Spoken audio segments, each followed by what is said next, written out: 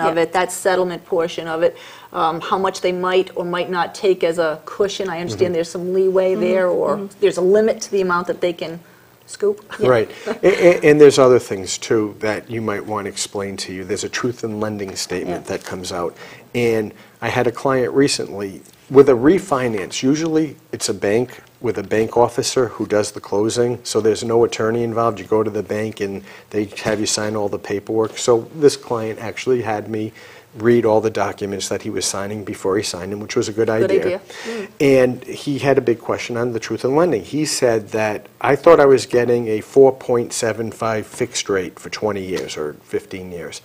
And this truth in lending statement says I'm actually paying 5 point something for the loan. And what that was is the truth in lending statement has to take into account all the cost of the loan that are going into your refinance.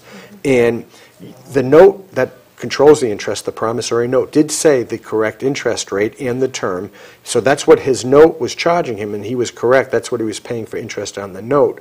But when you factored in all the cost of the transaction, it's a higher annual percentage rate because of the costs that were factored in. Is that what someone needs to know about in terms of points, where they had points? Again, that's part of your good faith estimate, Yeah. because you have to know how much. There's something called an origination fee, which I think is a commission. It's a way of backdooring a commission.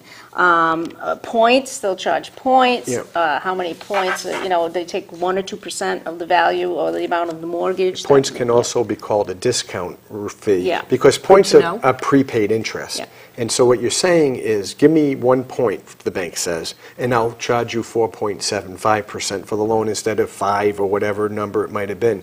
It's a discount fee, but it's interest. So you're saying you're still paying it in the long run. Right. Yeah. And that's why the truth in lending statement takes that into consideration along with some of the other costs and says, all right, so even though you think you're paying 4.75 for this transaction, this is what it is. This is what you're actually paying for interest when you factor all that in. Are you better off having the 4.75 and, well, what's the better arrangement for the consumer? To not have to negotiate the points with the bank as opposed to try and get the no issue points?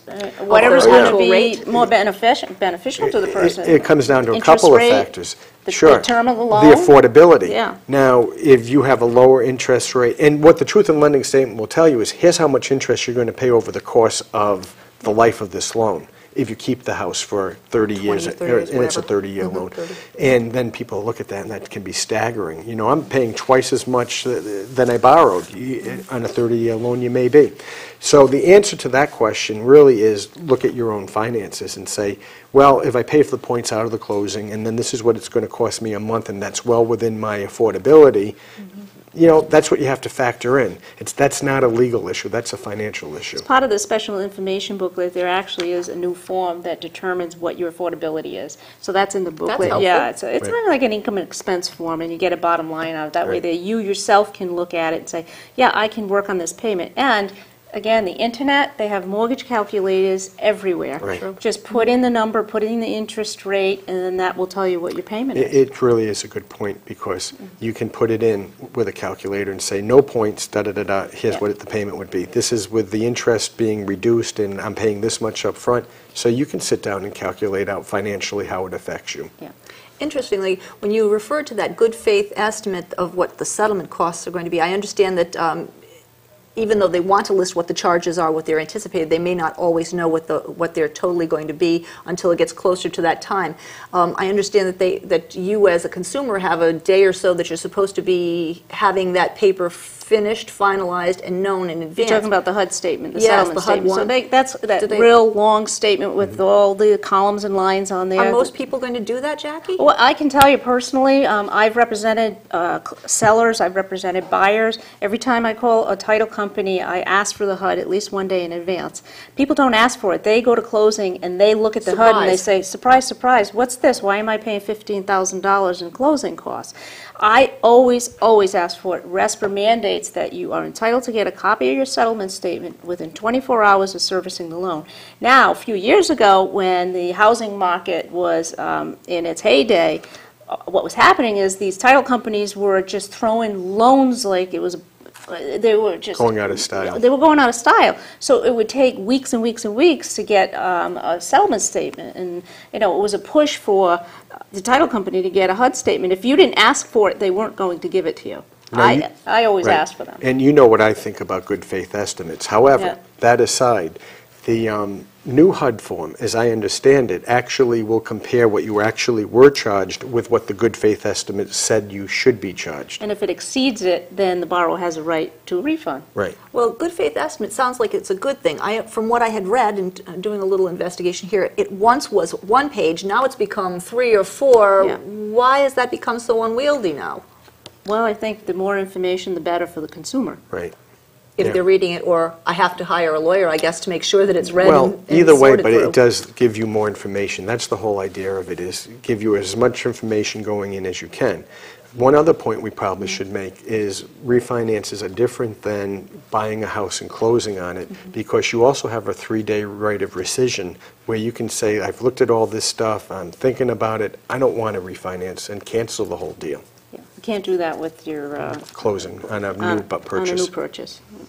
If that good faith estimate and that settlement comes up and there's a very big, not a small, but a big gap, should you be suspect of that? Should you be suspicious of that? You mean Between the what difference they- between what it was on the estimate and the And what closing? becomes, yes, Yeah. what's the trigger? That goes back to what I said before. Red flag. Why was I given a good faith estimate saying I'd have $3,000 in closing costs, and then all of a sudden I'm paying $15,000? Here's the other bait and switch. They'll give you a good faith estimate, and then they'll run your credit, come back and say, oh, you've got bad credit, therefore the fees are going to go up. That shouldn't happen. It shouldn't happen. Do you have some sense, though, Jackie or David, about what is a reasonable amount of disparity between the good faith estimate? I mean, between 6 and 15, okay, a trigger. How about between 3 and 6? Is that For instance, reasonable? let's use a little number. To get a credit report, everybody knows annualcreditreport.com, you can get it for free, but the bank does require that they get a copy of your credit report. They typically would charge anywhere between $20 and $50. I have seen on settlement sheets $200 for a credit report. That is a red flag. That is like intolerable. It exceeds what's reasonable. Right, and to answer your question, as Jackie is suggesting, I think you have to look at each item and see where the difference comes. Is it reasonable? What's reasonable? What's not reasonable? Well, if the good faith estimate said that you're going to be charged $25 for a credit report and they charge you $250, not reasonable. If it said you're going to be charged $1,500 for the impound, the escrow, and it's $2,000, well, there should be a reason that may be very reasonable, but should be explained to you. Perhaps the taxes went up from the time the good faith estimate was done until the closing. You know, the new tax bill came out and the taxes are much higher. Well, that may be a very reasonable change. So you have to look at each item. And that's why it breaks it down by item. You know, the buyer beware. There's nothing stopping the buyer from contacting title companies and asking them what is the cost. If they can pick their own title company, what's this going to charge me, and compare numbers. Let's talk about that a little bit. You mentioned title companies. Sometimes the banks may be very familiar with contractors, and you were referring to there's not supposed to be kickbacks. We understand they're not supposed to be kickbacks. How would the typical consumer know that there's some unholy alliance between the lender and Uncle Ernie's appraisal company? How would someone really know that? It might be fine to, is it fine to suggest we use this company and that appraisal, or do they stay out of that? It's solely on the borrower's choice.